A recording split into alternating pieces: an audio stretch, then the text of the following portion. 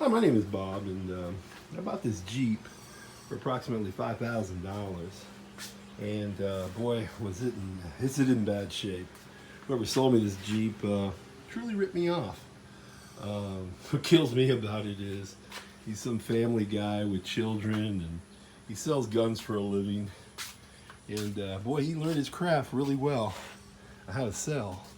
Because I'll be quite honest with you, um, I did a lot of mistakes, and I take all the blame. But going through this Jeep, I have found more damage than I've ever seen in my life. It's like someone took this Jeep and found it in a junkyard, and probably had a huge collision or it rolled over, and it's been worked on by an amateur, and it's rusted out.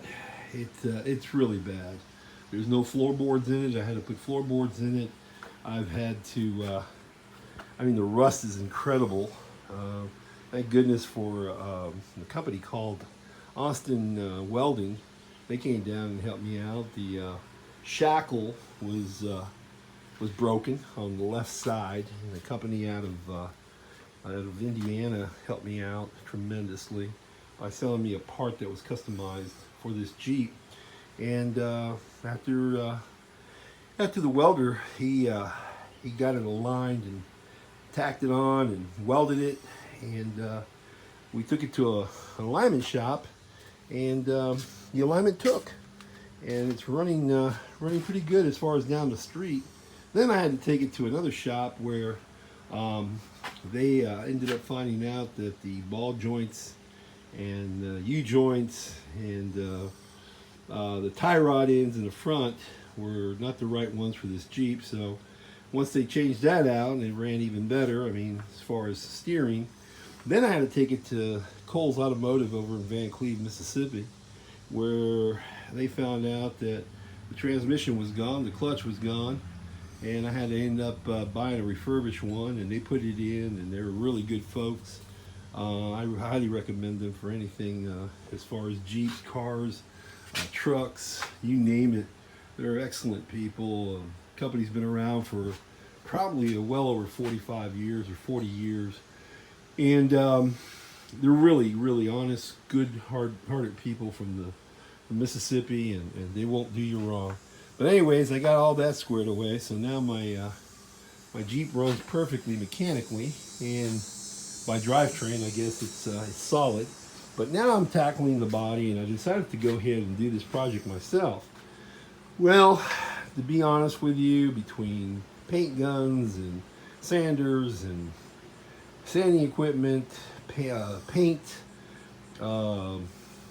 epoxy, sealer, and primer, which I'm gonna do, it's a project that this Jeep has already cost me close to $10,000 in restoration.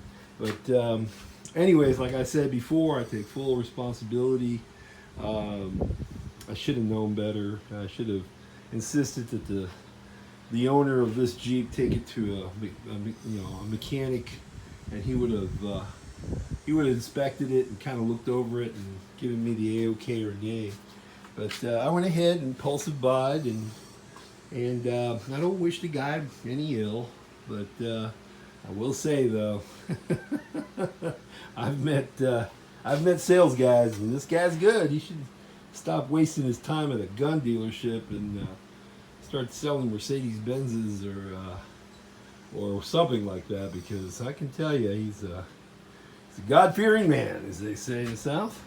But anyways, I just wanted to give you guys an update. I've been doing it by Facebook, and this is my first video, and I've done a lot of changes on it.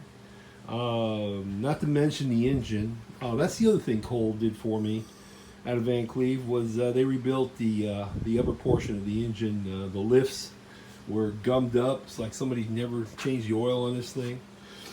And they changed the lift, the rocker arms, and it doesn't have that tap. It sounded like a diesel engine, to be quite honest with you.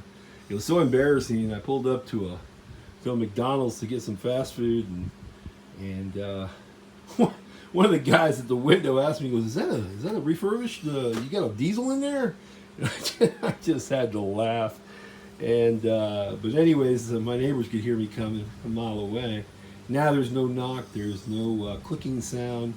It has pep. It's a small engine. It's a 2.5 liter. It's a 1994 S Wrangler.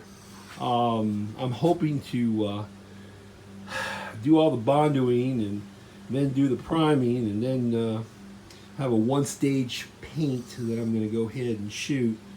And I'm hoping to restore it to a modified original condition and have it ready for cruising the coast down here in Mississippi in October of 2020. And it's a project, man. It's all I can tell you guys.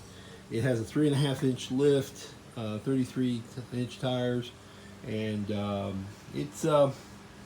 it's interesting. Like I said, so far it's close to 10 grand, and we're not even. I would say we're 3/4 of the way done. And next year, by God, I'm putting in a V8 351 in it. I'm going to swap out the engine. Cole's going to do that for me also. And I just got to save my pennies, as they say, because I'm just surprised that I'm still living in the same house. I can tell you that my wife's a social worker, and I pushed her limit of patience. But anyways, just wanted to give you guys a quick update, and I think my next update will be when I put the primer on. I'll spray it on. I got a gun with a 1.7 spray capability of the fan, and I'm going to go ahead and do that, and then sand it down with 400 grit until it's nice and smooth again. And then I'm going to do the final paint, which is a one-stage restoration paint. It's a hot rod or flame red, and I'm hoping to do that, and I'll let you guys know how that goes. Hopefully it'll go smoothly. Again, stay tuned, and I hope you enjoyed the video, and if you did, go ahead and I'll put it up. You guys can subscribe or do whatever, and I'm just doing this for fun. Just to show people that you know, after 30 years in the Army, I got a pet project finally at home, and this is it. It helps me out, calms me down, and I just I enjoy it very, very much. Lord knows I got enough tools to last me a year or 2 years. But anyways, best of luck to all of you, and I hope to talk to you all soon. Bye bye.